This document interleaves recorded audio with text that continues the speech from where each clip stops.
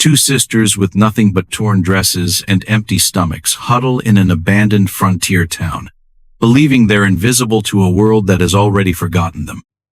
But when a weathered rancher's shadow falls across their hiding place, and he speaks the words that will change everything, both of you, come home. Will Emma dare to trust a stranger's mercy? Or has life taught her that hope is just another kind of cruelty? The sound of Emma's bare feet hitting the frozen ground echoed like gunshots in the empty street. She ran faster than she ever had before, her sister Lily's hand clutched tight in hers, both girls gasping for air that burned their lungs like ice water. Behind them, orange flames reached toward the dark Wyoming sky like giant fingers trying to grab the stars. The year was 1867, and Prosperity Creek was dying in the worst way possible, by fire. Everything Emma had ever known was turning to ash and smoke, including the small wooden house where their father had promised they would always be safe. "Emma, I can't run anymore," Lily cried, her 7-year-old legs giving out as they reached the edge of town. Both girls crashed to their knees beside an old water trough that hadn't seen water in months. Emma pulled her little sister close, feeling how Lily's whole body shook like a leaf in a storm. Their matching blue dresses, the ones their mother had sewn before the sickness took her 2 years ago, were now torn and dirty. Emma could see her own reflection in the metal trough, wild brown hair full of soot, green eyes wide with fear, and a face that looked far older than her 16 years. "Where's Papa?" Lily whispered, looking back at the burning town. "He said he'd meet us by the church." Emma's throat felt like sandpaper. She had seen their father run back into their burning house, shouting something about their mother's sewing box. That was an hour ago, and he hadn't come out. The church Lily mentioned was now just a pile of glowing wood and melted metal. "He'll find us," Emma lied, pulling Lily closer. "Papa always finds us." But deep in her heart, Emma knew the truth. They were alone now, just like when their mother died. Except this time, there was no father to hold them while they cried. There was no house to keep them warm. There was nothing left except each other and the clothes on their backs. The fire had started in Murphy's saloon, or so the shouting men had claimed. Someone knocked over a lamp, and the whole building went up like it was made of paper. The flames jumped from building to building faster than anyone could stop them. In 3 hours, Prosperity Creek went from a growing frontier town to a graveyard of burnt dreams. Emma watched a family load their belongings onto a wagon. The man helped his wife and children climb up, then drove away without looking back. Other families did the same, those lucky enough to save their horses and wagons. But Emma and Lily had nothing to load and nowhere to go. "I'm hungry," Lily said in a small voice. "My tummy hurts."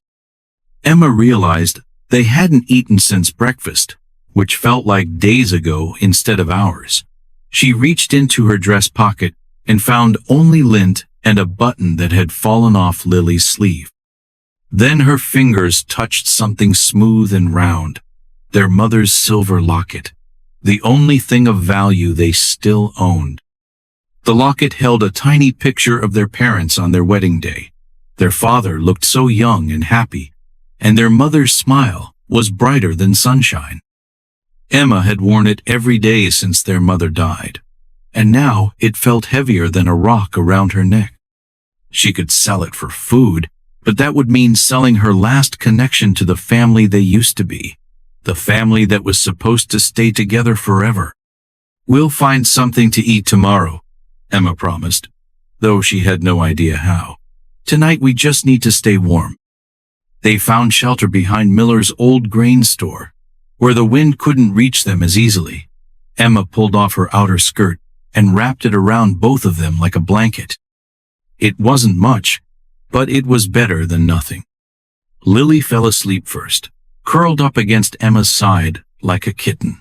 Emma stayed awake, listening to the wind whistle through the empty buildings and watching the last flames die down in the distance. She thought about all the things that used to make her feel safe. Their father's strong hands, their mother's gentle voice, the warm kitchen where they ate breakfast every morning. All of that was gone now, turned to smoke and memory. "I won't let anything happen to you," she whispered to sleeping Lily. "I promise."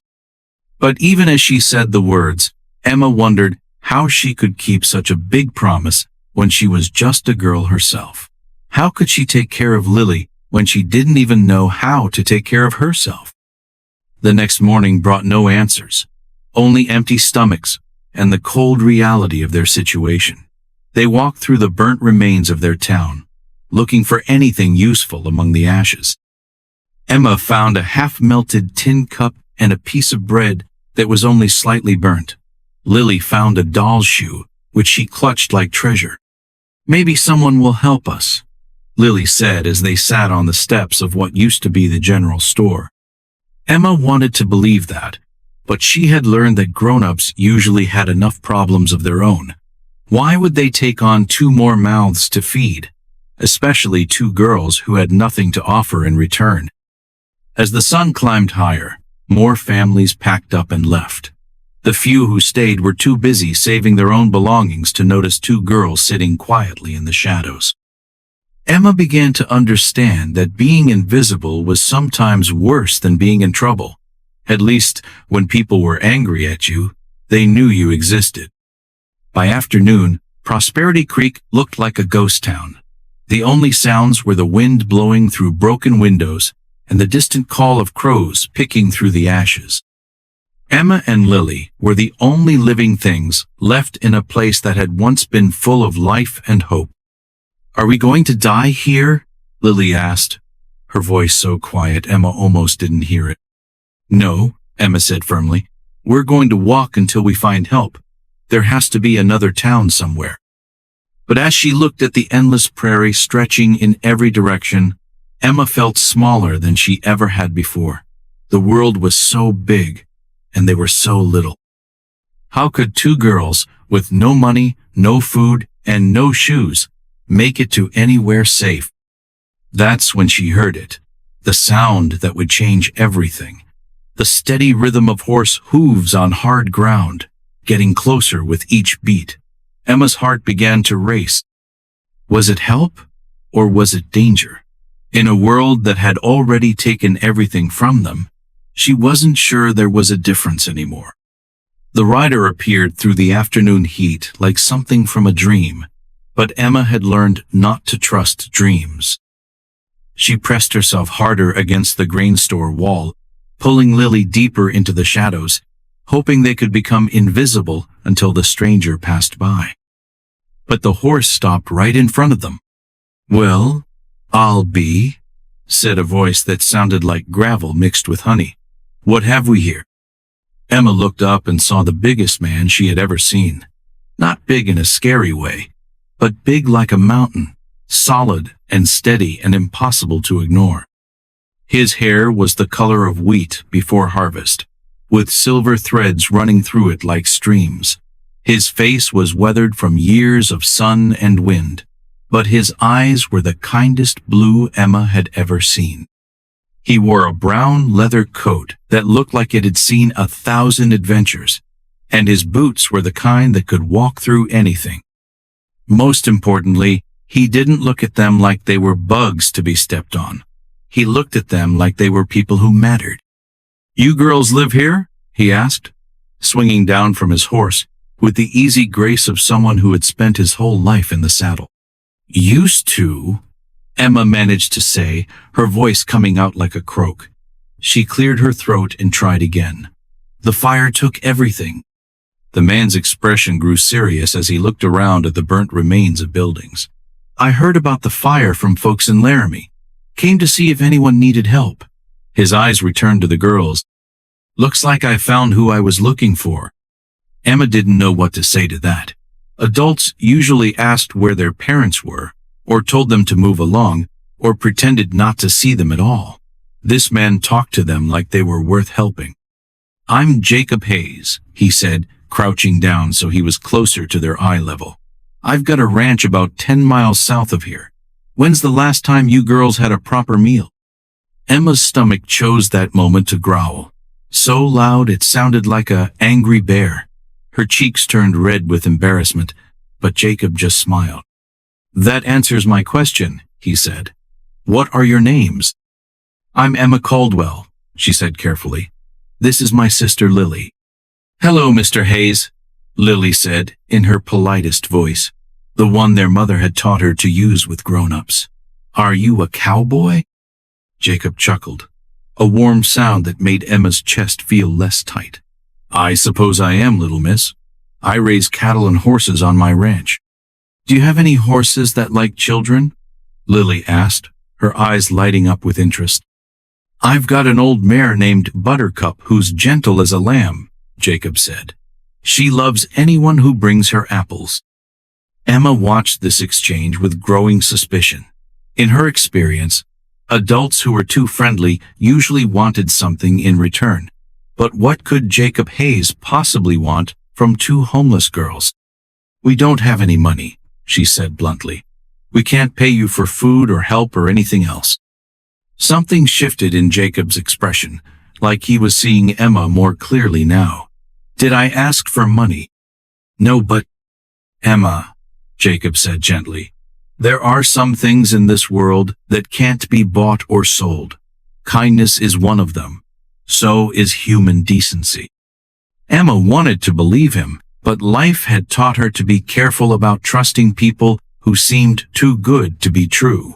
Still, her stomach was eating itself from hunger, and Lily looked so thin and tired.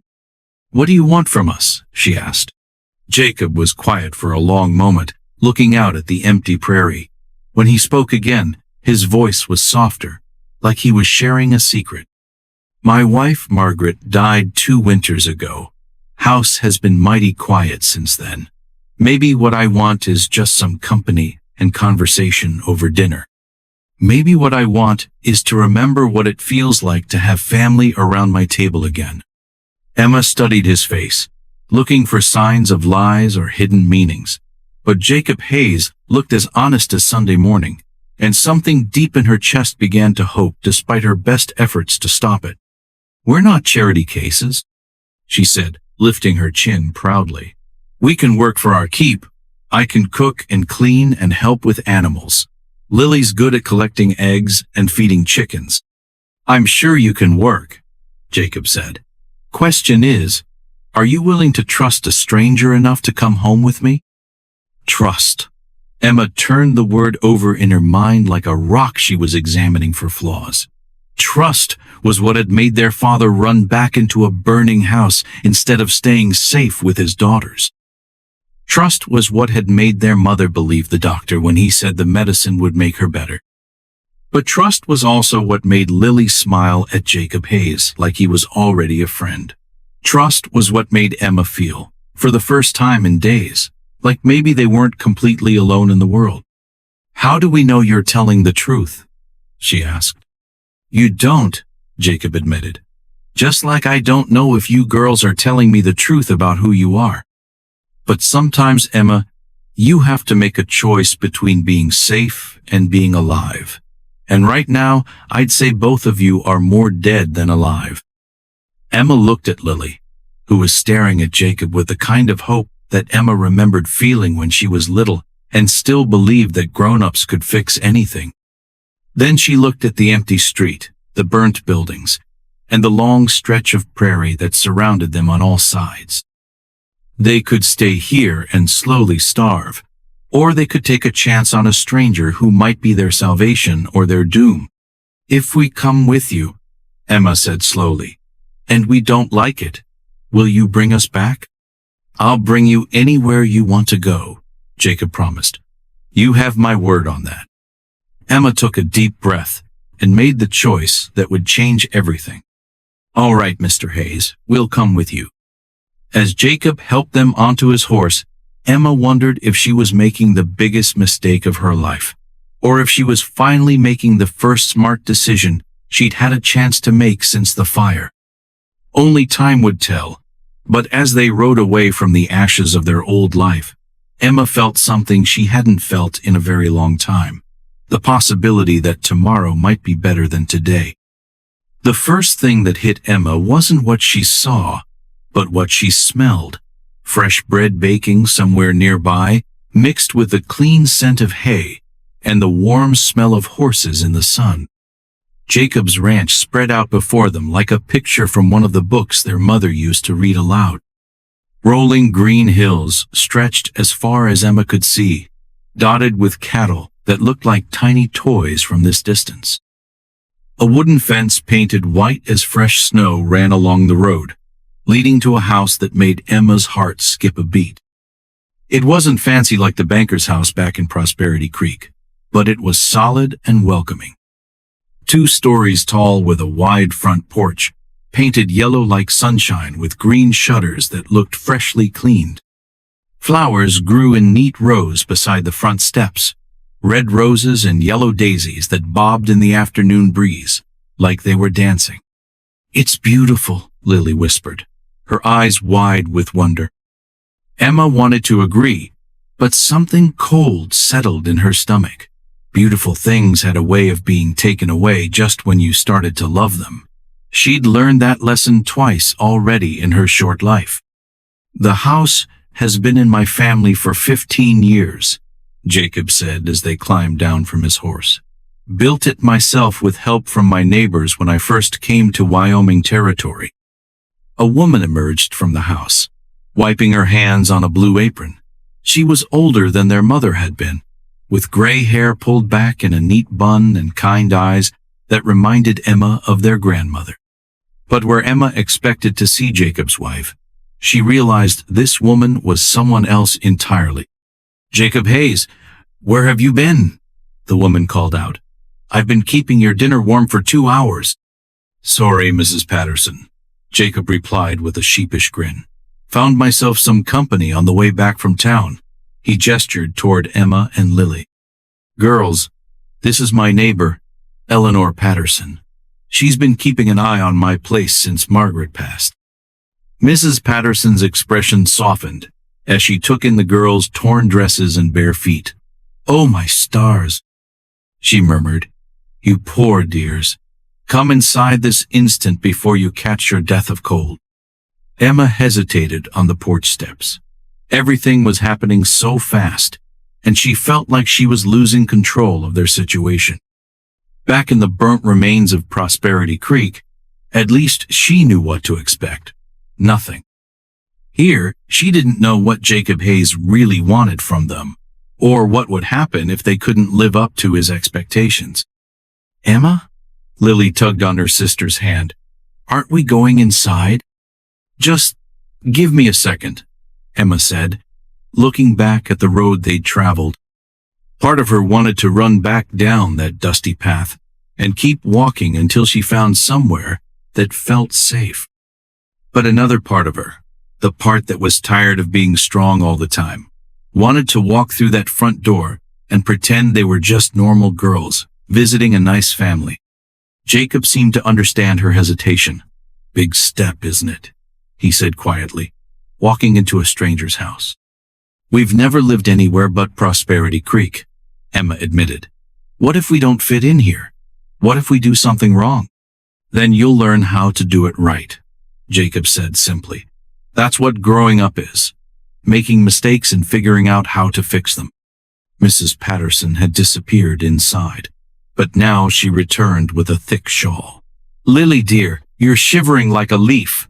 Let me wrap this around you." As the older woman fussed over Lily, Emma caught a glimpse of something that made her heart race. Through the open front door, she could see inside Jacob's house. There were pictures on the walls, books on shelves, and furniture that looked comfortable and lived in. But most importantly, she could see a woman's touches everywhere. Embroidered pillows, delicate curtains, and flowers in pretty vases. This was Margaret's house, Jacob's dead wife's house, and now Emma and Lily were supposed to live in it like they belonged there. "I can't do this," Emma said suddenly, backing away from the door. "This was your wife's home. We don't belong here." Jacob's expression grew serious. "Emma, can I tell you something about Margaret?" Emma nodded, though she wasn't sure she wanted to hear it. She always said this house was too big for just two people. She used to talk about filling it with children, our own, or orphans who needed families, or any young ones who could use a safe place to grow up. Jacob's voice grew soft with memory. Margaret would have loved you girls. She would have insisted you take the guest room and wouldn't have let you leave until you'd gained 10 pounds and learned to laugh again. Emma felt tears threatening, but she blinked them back. How can you be so sure? Because I knew her heart, Jacob said, and because you remind me of her. Strong, protective, willing to sacrifice anything for the people you love. Mrs. Patterson emerged from the house again, this time carrying a tray with 3 glasses of cold milk and a plate of cookies that smelled like heaven. I thought you might be hungry, she said, offering the tray to Emma. Emma's stomach growled so loudly that everyone heard it, and despite her worries, she found herself smiling. When was the last time an adult had offered her cookies just because she might be hungry?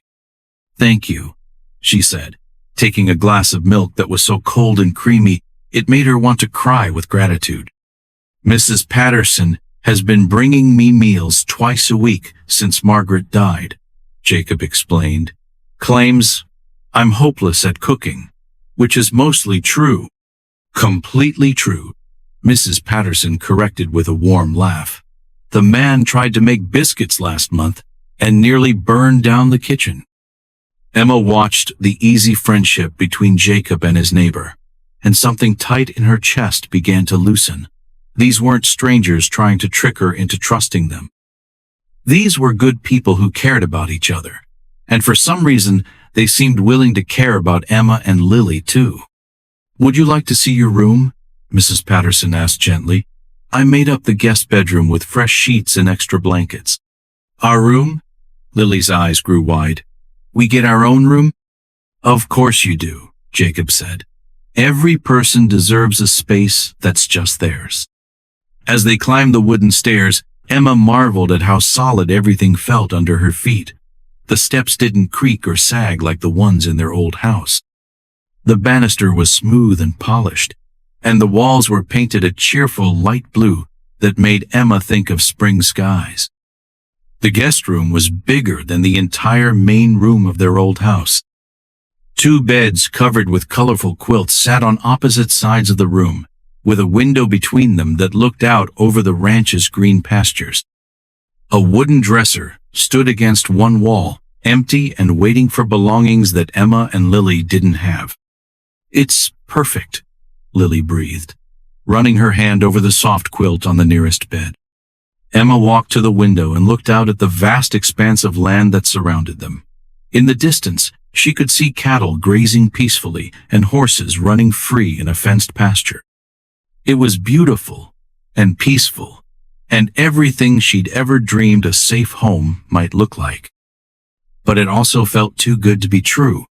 Jacob, she said without turning around, what happens if this doesn't work out? What happens if we're too much trouble? Or if you change your mind about wanting us here? She heard his footsteps cross the room until he stood beside her at the window. Emma, I want you to understand something. I didn't bring you here on a whim.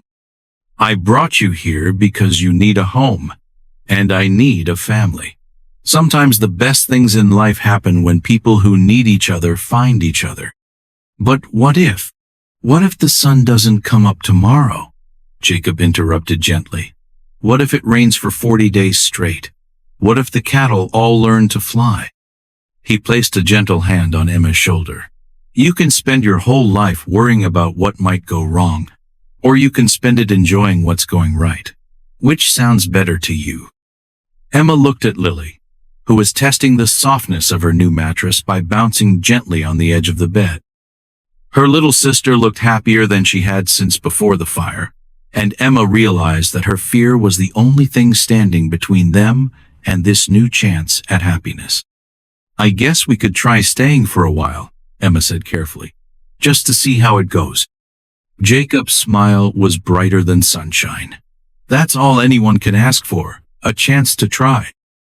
The rooster's crow shattered Emma's dreams at dawn, But instead of jerking awake in panic like she had every morning since the fire, she found herself smiling before she even opened her eyes. For 3 weeks, this had been their routine. Wake up in beds that didn't shake when the wind blew. Get dressed in clothes that Mrs. Place Patterson had brought from town, not fancy, but clean and warm and theirs to keep. Eat breakfast at a real table, while Jacob told stories about his adventures as a young cowboy. Emma had never imagined how good normal could feel. "Emma, wake up!" Lily bounced on her sister's bed like an excited puppy. "Jacob said today we can help him move the cattle to the north pasture. He said I can ride Buttercup all by myself."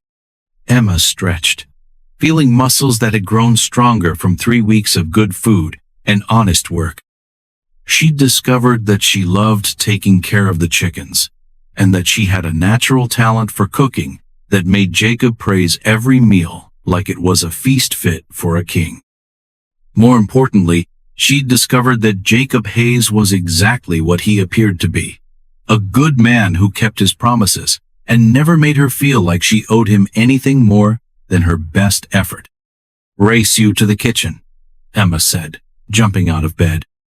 They thundered down the stairs like a herd of wild horses, laughing and trying to beat each other to the bottom. Emma couldn't remember the last time she'd felt light enough to run just for the joy of running. Jacob was already at the stove, attempting to scramble eggs that looked more like yellow rubber than food. The kitchen smelled like burnt butter and too much pepper, and Emma quickly stepped in to save breakfast before it became completely inedible. "You're going to burn the house down if you keep trying to cook," she said, gently taking the spatula from his hands. "That's what Mrs. Patterson keeps telling me," Jacob admitted with a rueful grin. "Good thing I've got you to keep me from starving." As Emma fixed the eggs and started fresh bacon, she felt a warm glow of pride. She was useful here. She was needed. For the first time since her parents died, she felt like she had a purpose beyond just surviving.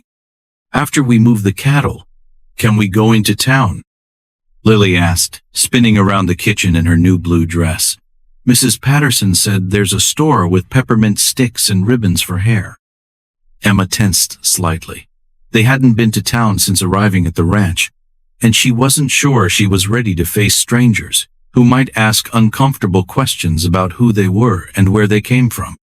"We'll see," Jacob said diplomatically. "Depends on how long the cattle work takes." But Emma could tell from his tone that he was planning to take them to town. The thought made her stomach flutter with nervousness. What if people in town didn't approve of Jacob taking in 2 strange girls? What if someone recognized them and asked about their parents? "Emma, you're burning the bacon," Lily pointed out. Emma jerked back to attention, flipping the bacon just in time to save it from turning to charcoal. She needed to stop worrying about things that might never happen and focus on the good things that were happening right now. After breakfast, they saddled up the horses. Jacob rode Thunder, a big black stallion that looked fierce but was actually gentle as a lamb. Emma rode Rosie, a brown mare with a white star on her forehead, who never went faster than Emma felt comfortable with. And Lily, true to Jacob's promise, got to ride Buttercup all by herself. The work of moving cattle was harder than Emma had expected, but also more exciting. She learned to whistle and call to guide the stubborn animals toward the pasture, where the grass was greener. She learned to read the signs that meant a cow was about to bolt in the wrong direction, and how to position her horse to head it off. Most importantly, she learned that she was braver than she'd thought. When a young bull decided to charge toward the road instead of following the herd, Emma didn't hesitate. She rode after it, calling and whistling until it turned back toward the group. "Nice work," Jacob called out, his voice filled with genuine pride. "You're a natural cowgirl, Emma." Emma felt her cheeks warm with pleasure. She'd never been called a natural at anything before. Back in Prosperity Creek, she'd just been the girl who helped her father in his woodworking shop and took care of Lily when their mother was too sick to get out of bed. Here, She was someone who mattered, someone who contributed, someone who belonged. By noon, they had successfully moved all 43 cattle to the north pasture, where they immediately began grazing on the thick, sweet grass. Emma wiped sweat from her forehead and looked out over the peaceful scene with satisfaction. "Ready for that trip to town?" Jacob asked, riding up beside her. Emma's stomach clenched with worry again, but she forced herself to nod. She couldn't hide on the ranch forever, and Lily deserved to see more of the world than just cattle and pastures. The ride to Millfield took an hour through rolling hills and alongside a creek that sparkled like diamonds in the afternoon sun. Emma had forgotten how beautiful the world could be when you weren't running for your life or wondering where your next meal would come from. Millfield was bigger than Prosperity Creek had been, with more stores and a real church with a bell tower. People walked along the wooden sidewalks, calling greetings to neighbors and tipping their hats to ladies. It looked like the kind of place where families put down roots and children grew up safe and happy. But as they rode down Main Street, Emma noticed something that made her blood run cold. A man in a dark coat and official-looking badge was talking to the shopkeeper outside the general store, and he was showing him a piece of paper. Even from a distance, Emma could tell he was asking questions about something, or someone. Her heart began to race, as a terrible thought occurred to her. What if someone was looking for them? What if there were laws about orphan children that she didn't know about? What if Jacob wasn't allowed to keep them, no matter how much he wanted to? "Jacob," she said urgently, "maybe we should go back to the ranch." But it was too late. The man with the badge had spotted them, and he was walking straight toward their horses with the determined stride of someone who had found exactly what he was looking for. Emma's hands began to shake as she realized that their perfect 3 weeks of safety and belonging might be about to come to a crashing end. "Jacob Hayes!"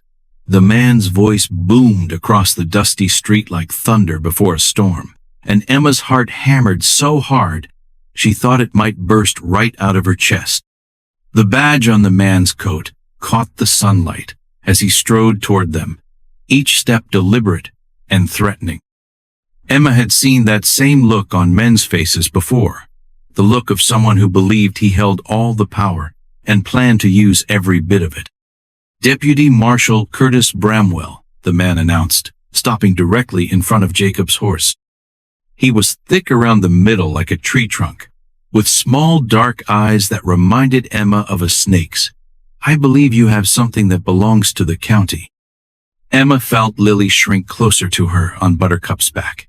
Around them, the cheerful bustle of Millfield's Main Street began to slow as people stopped to stare at the confrontation unfolding before the general store. "Marshal Bramwell," Jacob replied calmly, but Emma could hear the steel beneath his polite tone. "What brings you to Millfield on such a fine day?" "Don't play games with me, Hayes." Bramwell pulled a folded paper from his coat pocket and held it up like a weapon. "I've got reports of 2 orphan girls staying at your ranch. Girls who belong in proper institutions, not playing house with a bachelor rancher." Emma's mouth went dry as dust. The paper in Bramwell's hand looked official, with government seals and formal writing that probably spelled out exactly why she and Lily couldn't stay with Jacob. "Now, hold on just a minute," Jacob said, his voice growing harder. "These girls are working for me, earning their keep honest and legal. No law against that. Law says orphan children belong in county care." Bramwell shot back, his chest puffing out with self-importance. "There's a proper facility in Cheyenne where they can learn discipline and useful skills." Emma had heard whispers about the county orphanage in Cheyenne. Children packed together like cattle, barely fed, worked from dawn to dusk with no hope of ever having real families. The thought of taking Lily to such a place made Emma feel sick to her stomach. But worse than her fear was the expression on Jacob's face. For just a moment, Emma saw doubt flicker in his kind blue eyes. Maybe he was realizing that taking care of two girls was more complicated than he'd thought. Maybe he was wondering if it would be easier to just let the marshal take them away. People might get the wrong idea, Bramwell continued, his voice taking on a nasty tone that made Emma's skin crawl. A man living alone with two young girls. Folks talk, you know. Might be best for everyone if these children were placed somewhere more appropriate. Emma saw Jacob's jaw clench tight, and suddenly she understood what Bramwell was really saying. He wasn't just threatening to take them away. He was threatening Jacob's reputation, suggesting that there was something improper about his kindness. The unfairness of it made Emma's cheeks burn with anger. Jacob Hayes was the most honorable man she'd ever met. He'd never made her or Lily feel unsafe or uncomfortable. He treated them like the daughters he'd never had, with respect and genuine care. "You've got a filthy mind, Bramwell," Jacob said, his voice carrying the kind of quiet danger that made smart men step back. "And even less sense if you think I'm letting you take these girls anywhere they don't want to go." Emma's breath caught in her throat. Jacob was standing up to the law for them. He was risking trouble with the authorities, and maybe even his own freedom, just to protect two girls he'd known for less than a month. "It's not up to them," Bramwell snarled. "They're minors, and I have legal authority here." "Emma, Lily," Jacob called without taking his eyes off the marshal. "Come here." Emma's legs felt like water as she slid down from Rosie's back. Lily jumped down from Buttercup and immediately grabbed Emma's hand, her small fingers cold with fear. "Girls," Jacob said, his voice gentle despite the tension crackling in the air, "Deputy Marshal Bramwell thinks you'd be better off in a county institution in Cheyenne. What do you say to that?" Emma looked at the marshal's hard face, then at the crowd of townspeople. Watching them like this was entertainment at a traveling show. Some looked curious, others appeared sympathetic, but most just seemed eager to see what would happen next. Then she looked at Jacob, who was waiting for her answer like it was the most important thing in the world. "No," she said, her voice coming out stronger than she felt. "We don't want to go anywhere with him." "This is our home now," Lily added, her chin lifting with the same stubborn courage that ran in the Caldwell family. "Jacob is our family." Bramwell's face darkened like storm clouds. "What you want doesn't matter, little girl. The law is the law, and I'm filing papers to become their legal guardian," Jacob interrupted, his words dropping into the conversation like stones into still water. Emma gasped. She'd hoped, in her secret heart, that Jacob might want to keep them permanently, but she'd never dared to believe he would actually try to make it legal and official. Mrs. Patterson chose that moment to appear from the general store, her arms full of packages and her face flushed with indignation. "Curtis Bramwell, what are you doing harassing these poor children in the middle of the street?" "Stay out of this, Eleanor," Bramwell snapped. "This is official business." "Official nonsense. More like Mrs." Patterson shot back, marching over to stand beside Jacob's horse. "These girls have been nothing but polite and helpful since they arrived. They're happy and healthy and exactly where they belong." Other townspeople began to murmur agreement. Emma realized with surprise that several of them were nodding and looking at Bramwell with disapproval rather than supporting his authority. "Judge Hawthorne won't approve guardianship papers for a bachelor," Bramwell said. But for the first time, his voice held a note of uncertainty. "Judge Hawthorne owes me more than one favor," Jacob replied calmly. "And I'd say two hard-working girls who've already proven they can take care of themselves, and others deserve better than what you're offering." Emma felt a flutter of hope in her chest. Maybe this wasn't over yet. Maybe Jacob really could find a way to keep them safe from men like Bramwell, who saw children as problems to be solved rather than people to be loved. But Bramwell wasn't finished fighting. "This isn't over, Hayes," he said, pointing a thick finger at Jacob like he was casting a curse. I'll be back with proper papers and enough men to make sure you don't interfere with the law." As the marshal stalked back to his horse, Emma realized that their real battle was just beginning. It wasn't enough to want to be a family. They were going to have to fight for the right to stay together. And Emma wasn't sure they were strong enough to win against the full power of the law. Judge Samuel Hawthorne's office smelled like old leather books and pipe tobacco. But underneath those familiar scents, Emma detected something that made her stomach twist with worry. The smell of power that could change lives with the stroke of a pen. 3 days had passed since the confrontation with Marshal Bramwell, and now they sat in wooden chairs that creaked every time someone shifted their weight. Emma wore her best dress, a green one that Mrs. Patterson had altered to fit perfectly.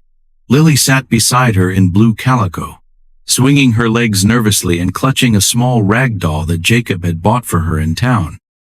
Judge Hawthorne was older than Emma had expected, with white hair and spectacles that made his gray eyes look enormous. He studied the papers on his desk like they contained the secrets of the universe, occasionally making small humming sounds that gave no clue about what he was thinking. "This is highly unusual, Jacob," the judge finally said, looking up at them with the expression of a man who had seen every kind of human foolishness, but was still occasionally surprised by new varieties. "Guardianship isn't something to enter into lightly." "Nothing light about it, Samuel," Jacob replied. He sat straight and confident in his chair, but Emma could see the tension in his shoulders. "These girls need a stable home, and I need them to need me." The honesty of his words hit Emma like a physical blow. She'd been so focused on what they needed from Jacob that she'd never fully understood what he might need from them. He was lonely, she realized.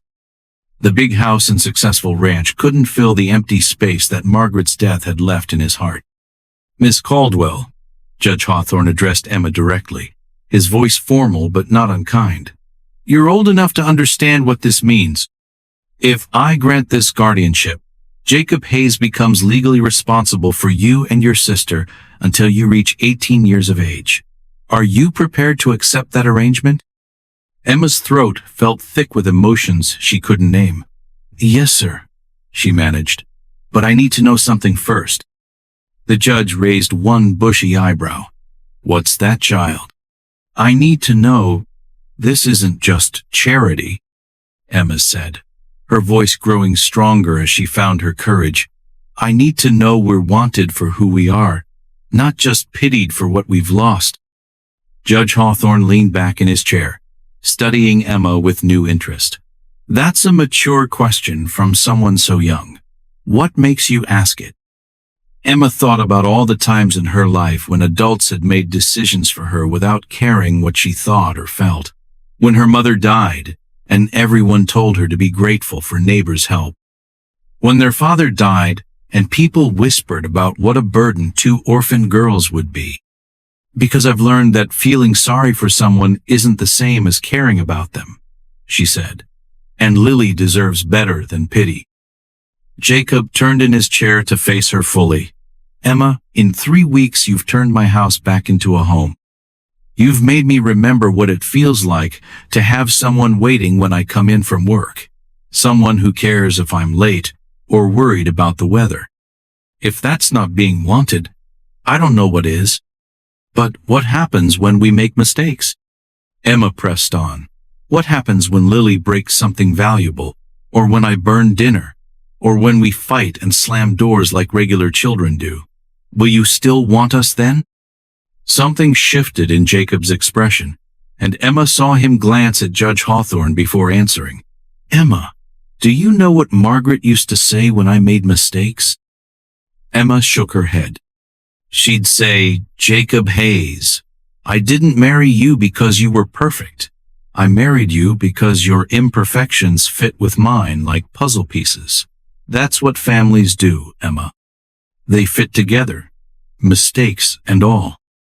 Judge Hawthorne had been listening to this exchange with growing attention. Now he leaned forward and folded his hands on his desk. "Mr. Hayes, I've known you for 8 years, ever since you first came to Wyoming territory. You're an honest man who keeps his word and pays his debts. But raising children, especially girls who've been through trauma, is different from running cattle. Emma held her breath. Was the judge about to refuse the guardianship? However, Judge Hawthorne continued, I've also seen what happens to children in the county system. Overcrowded institutions where they're fed just enough to keep them alive and work just hard enough to keep them tired. That's no life for any child, much less 2 bright girls who clearly have potential. He picked up his pen and dipped it in the inkwell, but didn't begin writing yet. There are conditions, he said sternly. I want monthly reports on the girls' health and education. I want to see evidence that they're being treated as daughters, not servants. And I want to know immediately if there are any problems or concerns. You'll have everything you need, Jacob promised. Furthermore, the judge continued, I'll be making unannounced visits to your ranch. If I find that these children are being mistreated in any way, or if they're unhappy with the arrangement, I'll remove them immediately. Do you understand? Completely, Jacob said. Judge Hawthorne looked at Emma and Lily one more time. Girls, do you understand that this is a permanent arrangement? Jacob Hayes will be your legal guardian until you're grown women. He'll make decisions about your education, your health, your future. Are you certain this is what you want? Emma looked at Lily, who was nodding enthusiastically. Then she looked at Jacob, who was waiting for her answer, like it was the most important thing he'd ever hear. Yes, sir, Emma said firmly. We're certain. The scratch of the judge's pen on paper sounded louder than thunder in the quiet office. As he signed the guardianship papers, Emma felt something inside her chest that had been twisted tight for months finally begin to unwind.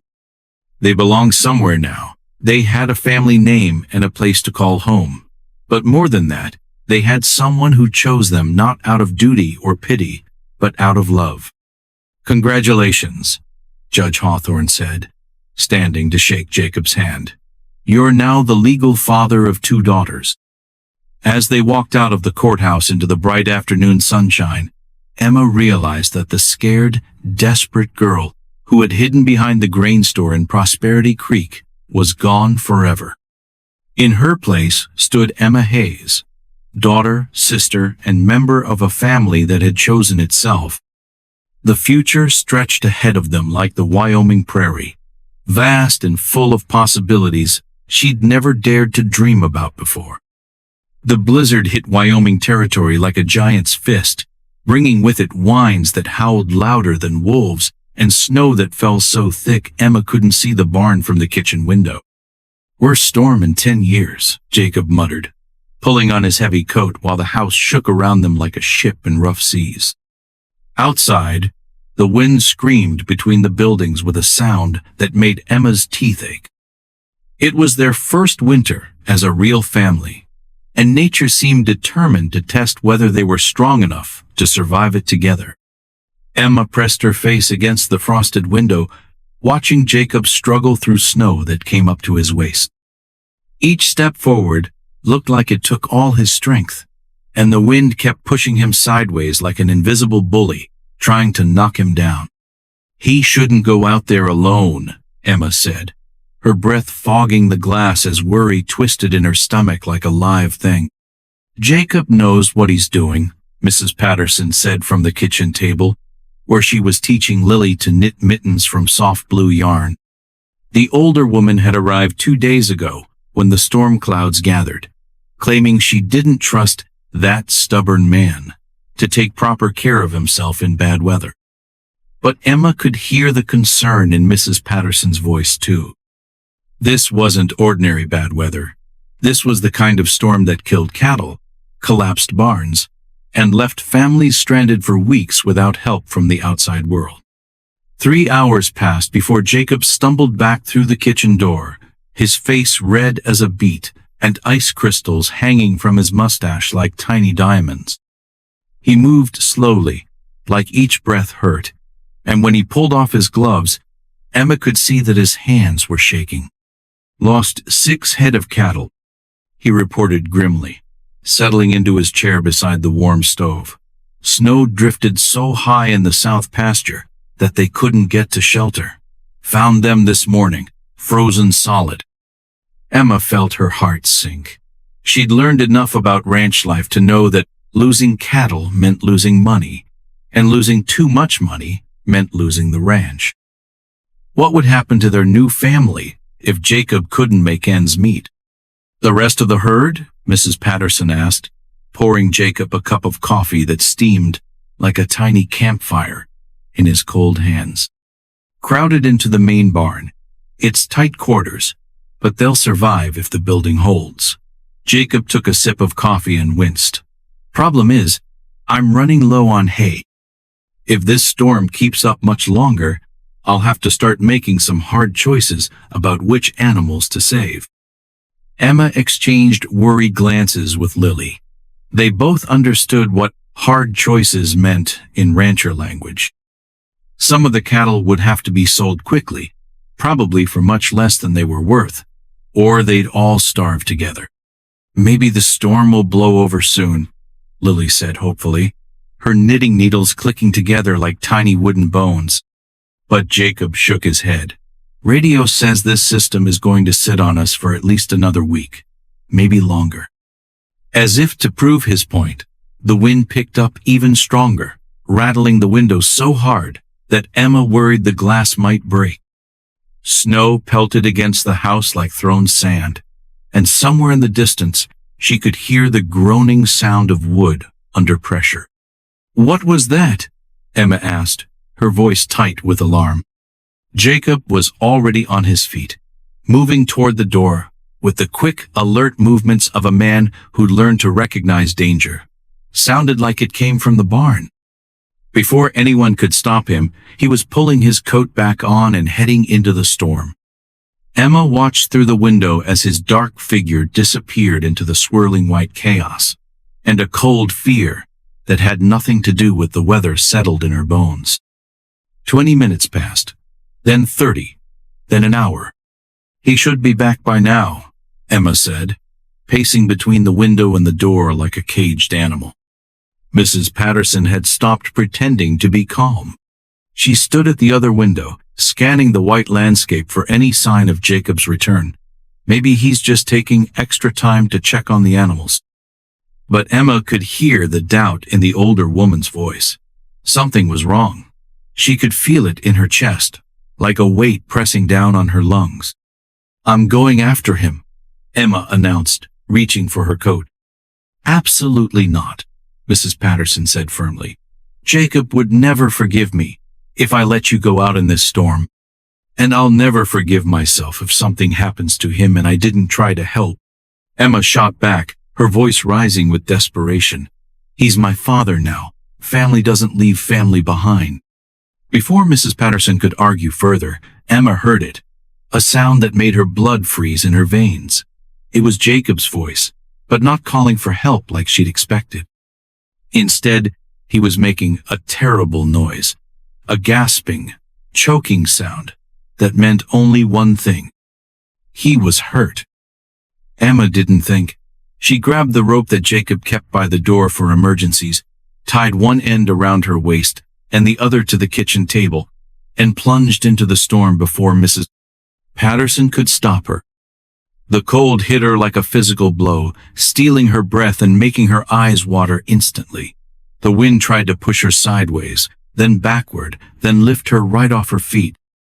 Snow pelted her face so hard it felt like being slapped by frozen hands. But Emma pushed forward, following the rope that connected the house to the barn like a lifeline. Each step was a battle, each breath of victory against the storm that seemed determined to swallow her whole. She found Jacob collapsed halfway between the barn and the house, one hand pressed against his chest and his face gray with pain. Snow was already starting to pile up around him like nature was trying to bury him alive. "Jacob!" Emma dropped to her knees beside him, her hands shaking as she tried to help him sit up. "What happened? What's wrong?" Heart, he managed to gasp between painful breaths. Can't catch my breath. Emma's mind raced. She'd seen this before when her grandfather had his heart attack 3 years ago. Jacob needed help, and he needed it now. But Doc Morrison was 10 miles away through impossible weather. Can you walk? She asked, trying to keep her voice calm despite the panic clawing at her throat. Jacob shook his head, his breathing coming in short, desperate pants. You go. Go back inside. Get warm. I'm not leaving you, Emma said fiercely. We're going back together, or we're not going back at all. She wrapped Jacob's arm around her shoulders and tried to help him stand, but he was too heavy and too weak. For a terrifying moment, Emma thought they might both die out here in the snow, and Lily would be left all alone again. Then she remembered something their father had taught her when she was little. When you can't change the problem, change your approach. Instead of trying to get Jacob to his feet, Emma helped him crawl. Inch by inch, breath by breath, they made their way through the storm toward the warm yellow light glowing in the kitchen window. The rope around Emma's waist was their guide, and her determination was their fuel. By the time they reached the house, both Emma and Jacob were shaking uncontrollably. Mrs. Patterson and Lily helped drag him inside, where the warmth hit their frozen skin like a blessing. Lily, Emma gasped, still breathing hard from the effort. Ride to town. Get Doc Morrison. Tell him Jacob's having heart trouble. I can't ride in this storm, Lily protested, her eyes wide with fear. I'll get lost. Then we'll lose him, Emma said simply, and the terrible truth of it hung in the air between them like smoke. For the next 6 hours, while Lily battled through the storm to fetch help, Emma and Mrs. Patterson took turns sitting with Jacob, holding his hands and talking to him to keep him conscious. Emma sang him the same lullabies her mother had sung to her when she was frightened. She told him stories about all the things they were going to do together when he got better. And she prayed to every god she'd ever heard of that her new father wouldn't be taken away just when she'd finally learned what it meant to have one. Spring arrived in Wyoming territory like a shy child peeking around a corner, bringing with it the sweet smell of new grass and the sound of meadowlarks singing in the morning air. Emma stood in the doorway of the house that had become her heart's true home, watching Jacob work on the fence posts that winter had damaged. 3 months had passed since the night of the blizzard, when she thought she might lose him forever. Doc Morrison had said it was Jacob's strong will to live, combined with Emma's quick thinking, that had saved his life. But Emma knew the real truth. They'd saved each other. Your wool, gathering again, Jacob called out, using the gentle teasing voice that had become as familiar to Emma as her own heartbeat. His face was tanned from working in the spring sunshine, and though he moved a little more carefully than he had before his heart attack, he moved with the confidence of a man who had plenty of reasons to keep living. Just thinking about how different everything is, Emma replied, settling onto the porch steps with the mending in her lap. At 17 now, she'd grown tall and strong, with calloused hands that spoke of honest work and eyes that held the kind of wisdom that came from surviving loss and finding joy again. 1.5 years had passed since 2 desperate girls had hidden behind the grain store in burnt Prosperity Creek. Sometimes Emma had to remind herself that the scared, hollow-eyed child she'd been was really her. The girl she was now had roots that went deep into Wyoming soil and a future that stretched ahead like the endless prairie sky. Penny for your thoughts, Lily said, appearing at Emma's elbow with a crown of wildflowers in her dark hair. At 8.5, Lily had grown into a confident, laughing child who collected butterflies, told elaborate stories to anyone who would listen, and never doubted for a moment that she was exactly where she belonged. I was thinking about that day when we first met Jacob, Emma said, smoothing out a tear in one of his work shirts. How terrified I was to trust him. I wasn't scared. Lily declared with the bold certainty that only children could manage. I knew right away he was going to be our papa. Emma smiled at her sister's revised memory of events. Lily had been just as frightened as Emma that day, clinging to her sister's hand like a lifeline. But time had a way of softening the sharp edges of scary memories, especially when they led to happy endings. You know what I learned this year? Jacob said, joining them on the porch with 2 glasses of cold lemonade that tasted like summer and contentment. I learned that the thing you think will complicate your life the most sometimes turns out to be the thing that saves it. Emma accepted her lemonade gratefully, watching the ice cubes dance in the pale yellow liquid. Mrs. Patterson says the same thing about her late husband. She was terrified to marry him because she thought love made people too vulnerable to heartbreak. Smart woman, Eleanor Patterson, Jacob said, though I notice she didn't let fear stop her from finding happiness. In the months since the blizzard, Mrs. Patterson had become more than a helpful neighbor. She'd become the closest thing to a grandmother that Emma and Lily had ever known. She visited twice a week, bringing fresh bread and stories about the other families in the area. More importantly, she brought the kind of unconditional love that made Emma feel like she was part of something bigger than just their small family unit. Speaking of Mrs. Patterson, Emma said, she asked me to help her with the church social next month. She says I'm old enough to take on more responsibility in the community. Jacob's expression grew serious. Are you ready for that?